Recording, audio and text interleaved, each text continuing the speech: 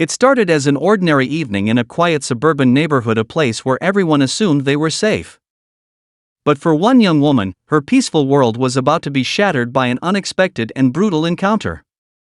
Walking home after meeting a friend, she found herself surrounded by a group of men whose cruel intentions were clear from the start.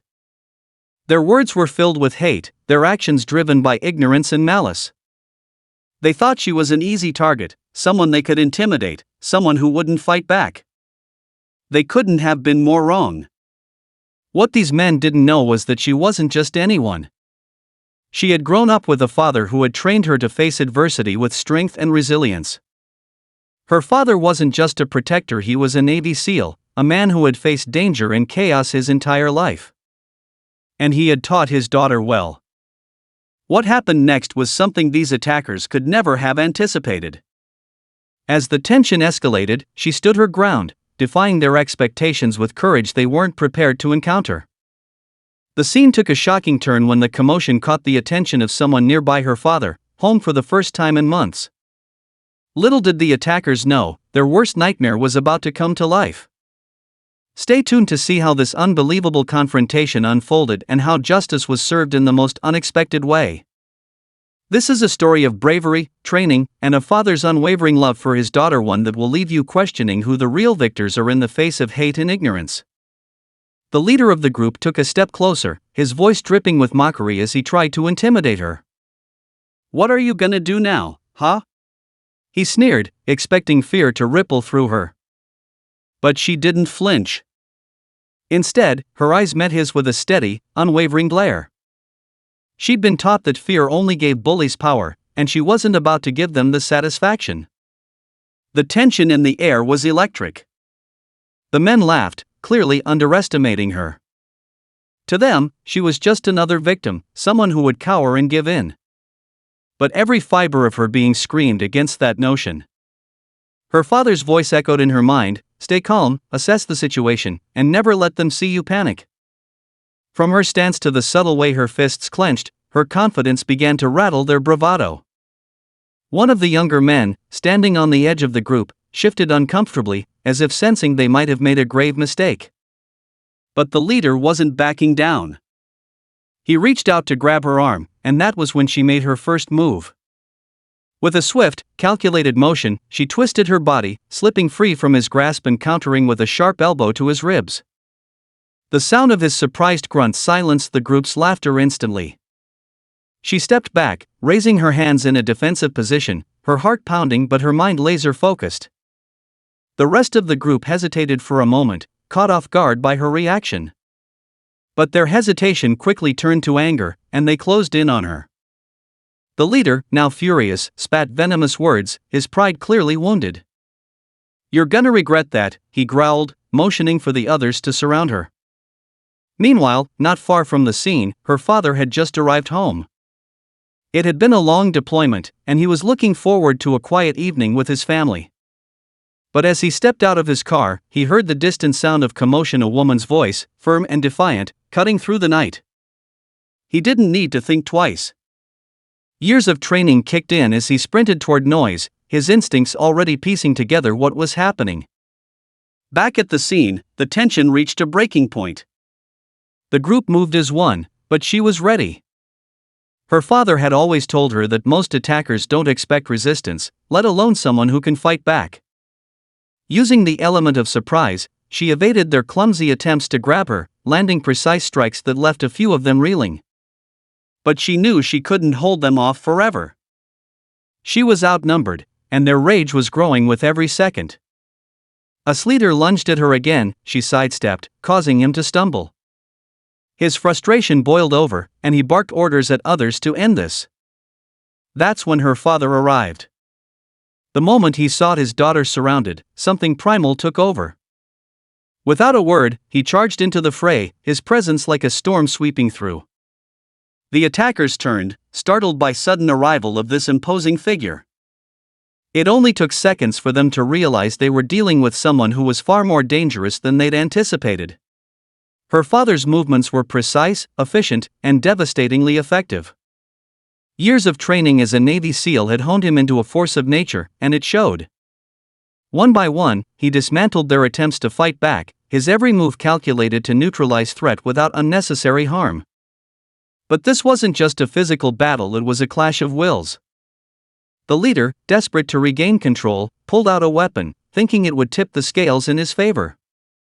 The sight of the knife sent a chill through her, but her father didn't falter. Instead, he stepped in front of her, his voice calm but commanding. "You don't want to do this," he said, his tone making it clear he wasn't asking. For a moment, the leader hesitated, the weight of the situation sinking in. But his ego wouldn't let him back down. With a reckless lunge, he attacked. What followed was a blur of movement as her father disarmed him in a matter of seconds, the knife clattering to the ground. The leader stumbled, his confidence shattered. The rest of the group, now terrified, began to scatter, their bravado replaced with panic. But the confrontation wasn't over yet. The leader, clutching his injured arm, glared at them both with a look that promised this wasn't the end. He spat on the ground and muttered, "You'll pay for this," before limping away into the night. As the adrenaline subsided, her father turned to her, his eyes filled with a mix of pride and concern. "Are you okay?" he asked, his voice softening. She nodded, her hands still trembling slightly.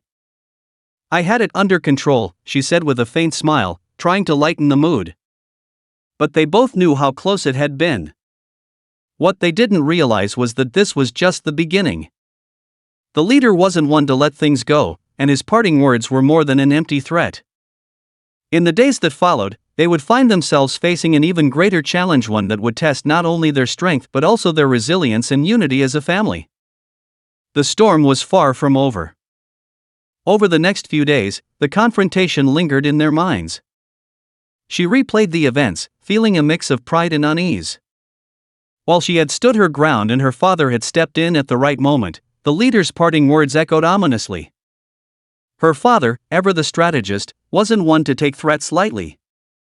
He immediately went into what she jokingly referred to as mission mode, though there was nothing funny about his serious demeanor this time. Her father advised her to stay vigilant and avoid unnecessary risks. They reported the attack to the authorities, providing descriptions and details of the group, but deep down, they both knew this was far from over. The leader's wounded pride and need for retaliation made him dangerous. And someone like that didn't just walk away without trying to prove something. It wasn't long before the retaliation came, though not in the way they had expected. Late one evening, as she and her father were settling in for a quiet dinner, the lights in their house flickered, then went out entirely. Her father's face hardened as he stood, silently gesturing for her to stay put.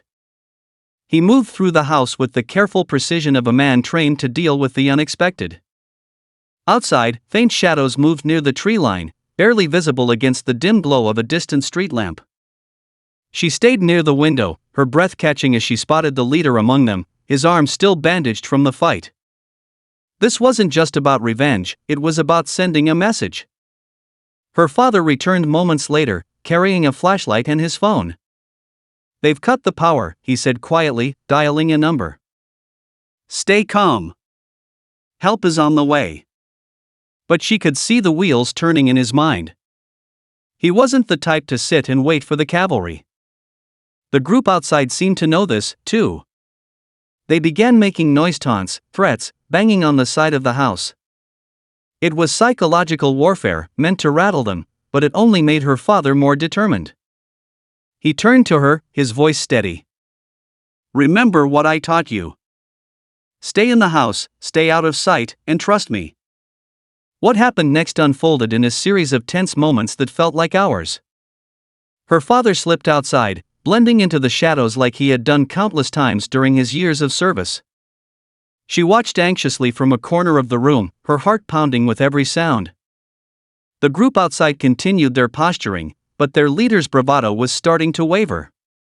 He wasn't prepared for the kind of resistance her father brought. In the darkness, her father moved silently, using the terrain to his advantage.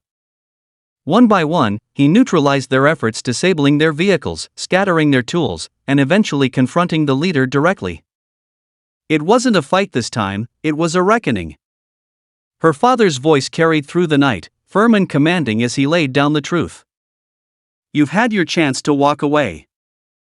You come near my family again, and you'll answer for it. The leader, cornered and outmatched, tried to bluster his way out, but his fear was evident. With the arrival of law enforcement moments later, the group's attempt at intimidation fell apart completely. Officers quickly detained the men, piecing together the night's events as her father calmly explained what had happened. The leader, now exposed for his actions, was taken into custody, his threats reduced to empty words. In the days that followed, a sense of normalcy began to return, though it wasn't without its challenges. The ordeal had left a mark on her, a reminder of how quickly life could shift and how important it was to stand strong in the face of adversity. Her father's presence was a constant source of reassurance, but he also encouraged her to find strength within herself. "You handled yourself better than most would," he told her one afternoon as they worked together to repair the damage outside the house. "But remember, strength isn't just about what you can do physically. It's about resilience, about not letting fear control you." The community, once quiet and reserved, rallied around them in unexpected ways.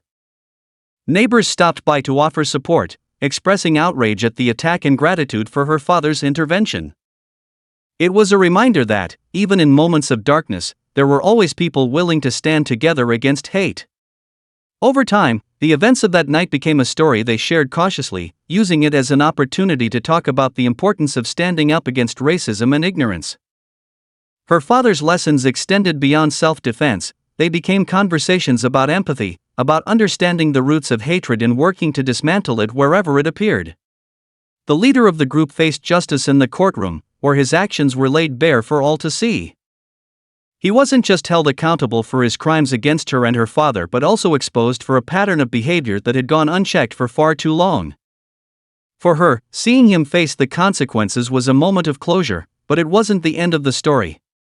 Through it all, she found a newfound sense of purpose. With her father's encouragement, she began sharing her story not as a tale of violence but as a message of resilience and empowerment. She started speaking at local events, schools, and community centers, emphasizing the importance of standing up against hate and supporting one another in times of need. Her father, ever the quiet hero, stayed in the background, proud to see her using the experience to make a difference. "You're stronger than you realize," he told her one day as she prepared for another speaking engagement. "And you're making the world better, one step at a time." As time passed, the fear and tension of that night faded, replaced by a sense of accomplishment and growth. What had started as a terrifying encounter became a catalyst for change, not just for her and her father but for the community that had come together in its aftermath. It was a reminder that, even in the face of darkness, courage and unity could shine a light strong enough to drive it away.